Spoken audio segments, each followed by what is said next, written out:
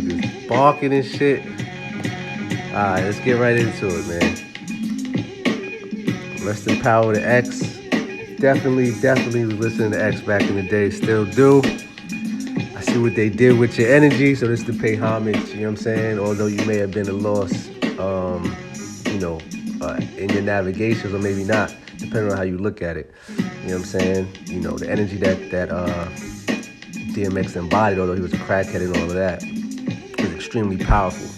You know what I'm saying? So, get at me, dog. All right, cool. Dogs are man's best friend, right? So we say. Dogs are trained and bred and owned by humans, by men. Dogs will kill for their owners. They will hunt for their owners. They will fight those of their same kind. No matter if it's a pit bull versus pit bull, Rottweiler versus Rottweiler, German Shepherd versus German Shepherd. As long as they're trained properly, they will fight their own at the bidding of their owner. Dogs love their owners unconditionally, even if they're being abused. You could beat the shit out of a dog.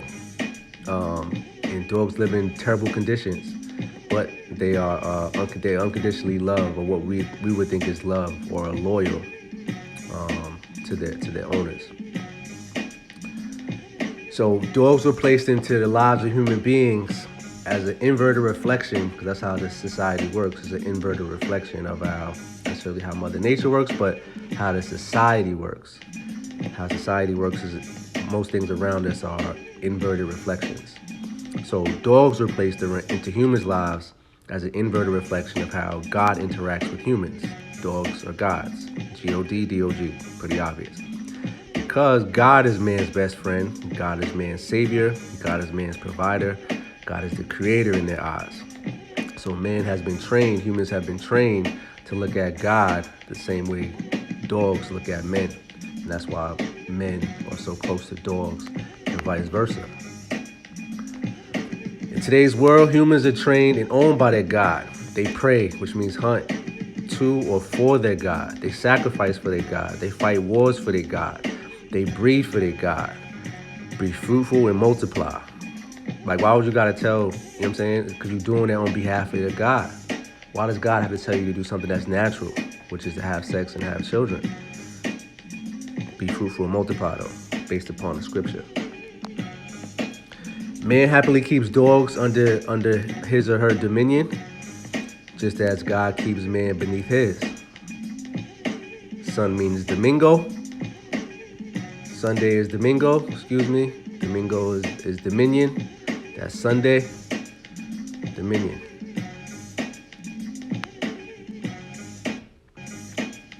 Humans walk their dogs, right? Doesn't God tell humans to go on a pilgrimage to prove their faith? It's a long ass walk. What about when the slaves or whatever had to leave Pharaoh in Egypt? Another long ass walk. Crossing the River Jordan, long ass walk. Parting the Red Sea. Who in the hell is walking between two parted waters and walking through that? Consistently, humans have been trained to take spiritual walks of faith for their God. Just leap out on faith, walk on faith, right? So do dogs know where the fuck they going when they go on the walk with the leash and the collar? So in comparison, do humans know where they are headed when they take these spiritual walks of faith? Nope. They just taking a walk. That's why they call it a walk of faith. And if your faith isn't guiding you correctly, if your faith doesn't come from within, if our faiths have been externalized, we don't know where the hell we're going. That's why humans wear collars on their shirts. Because we gotta be led. It's like dogs need to be led. So that's why collars have the same connotation for humans and for dogs. Especially when humans go to work or they worship. Work is war, worship is worship. Better wear them fucking collars. Dog. Dogs were bred from wolves. In Roman mythology, the founding of Rome was based on a she-wolf raising Romulus and Remus. So Romulus and Remus were the twins. that got lost or some shit, and then they suckled on a she wolf who raised them. So they founded Rome. So with influence from Jewish teachings, Jesus was a Jew, so they say, and other teachers of different faiths. Muhammad, I believe, was taught by Jews and all of that. So always with influence from the background of Jewish teachings, Roman Catholics created Christianity, thus creating God as humans perceive it today, because clearly 5, 10, 20,000 years ago, humans didn't perceive quote-unquote God as the way that they see it today. It's always being remixed and transformed, similar to how the mythologies and the stories and the ancestral, you know what I'm saying, or just the times and the ages are being remixed and transformed. And they translate it similar to how music transforms. It's still music, but it transforms over time. So during the Crusades, humans hunted, fought, indoctrinated, imprisoned, killed, tarred, and feathered all of those who would not conform to Christianity, all on behalf of their God. Wolves howl at the moon. Wolves, remember, dogs were bred from wolves. According to the legend, according to the mythology, the Egyptian, the dog-headed god Anubis, is the stepson of Isis. So some crazy shit happened where Osiris was Anubis's. Osiris was tricked by another goddess to have sex with her, and Osiris's wife was Isis. But she dressed up as Isis, or took her the form of Isis, so that Osiris could hit that. And then after they had sex, Anubis was born based upon the legend. And then Isis, I guess, felt sorry for the dude or whatever for Anubis, and took him in. So he was a stepson. He was the legitimate son of Osiris, god of the underworld. And then Anubis, the dog-headed god, ended up being taken in by Isis, right? And it was not the legitimate, but it was a stepson of Isis. So Isis was used to be considered as the moon goddess. So is this why the illegitimate moon, which people say is a satellite or it's artificial, the artificial moms, the artificial womb, the moon, is that why wolves are known to howl at the moon, and why we always see full moon in all these scenarios in regards to movies and everything that dials into into the mythologies as we see it today. Like, watch all the movies, whenever shit is cracking, it's always a full moon.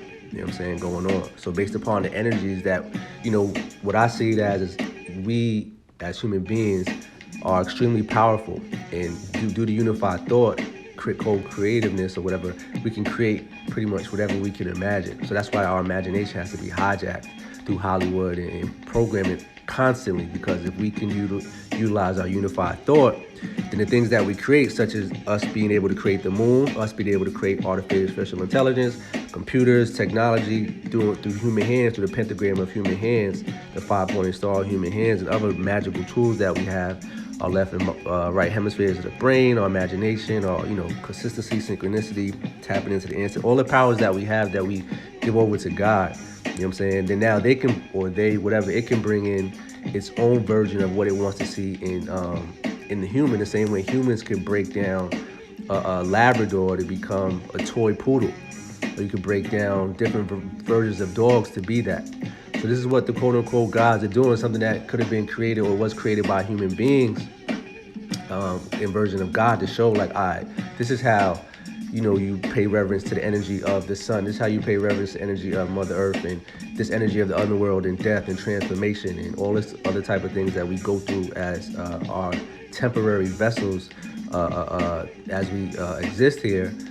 We co-create these things, but this shit has been inverted in the current society. So now, it's shown as like we're underneath and in dominion of all these things. In actuality, these things revolve around us. If we knew better, if we knew how to take control of our power, you know what I'm saying? So all this stuff is all connected. We're just inverted. We're just opposite of where we could be, or not balanced to where we could be. So the intention of this video this conversation is to continue conversations is to show us how powerful we are, what we're creating. We created God. God didn't create you, because if it did, it would give you a lot more instructions on how to move, as opposed to having fucking blind faith. have blind faith in yourself. And that blind faith, so to speak, is that inner eye that we all have to be able to dial into and tap into, to utilize our powers, our dog power, all powers of any fucking animal that you want to use. You know what I'm saying? But there's a reason why dog and God and all of that is all because it's subconscious. Like, we don't even pay attention to the subconscious and what that brings and what that's able to manifest here in this world. You know what I'm saying? So with that being said, tap into the energy of the subconscious and why these things are legitimately around us. Nothing is no such thing as coincidence. Dog is God. God is dog for a reason. These are all mythologies playing out that we are. The mysteries, my stories that are playing out consistently. And they putting this shit, we're putting this shit right in front of our own face and then acting like it's just regular schmegular. It ain't.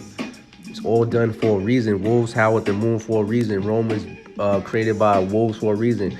The Luperca from Lupercalia, whatever, from Valentine's Day, which comes from Rome and all of that. All this shit is all mythology. It's like a fucking movie that goes from one to the other. Like, you watch a movie star going from Michael B. Jordan from Homeboy in the Wire to fucking Killmonger in Creed.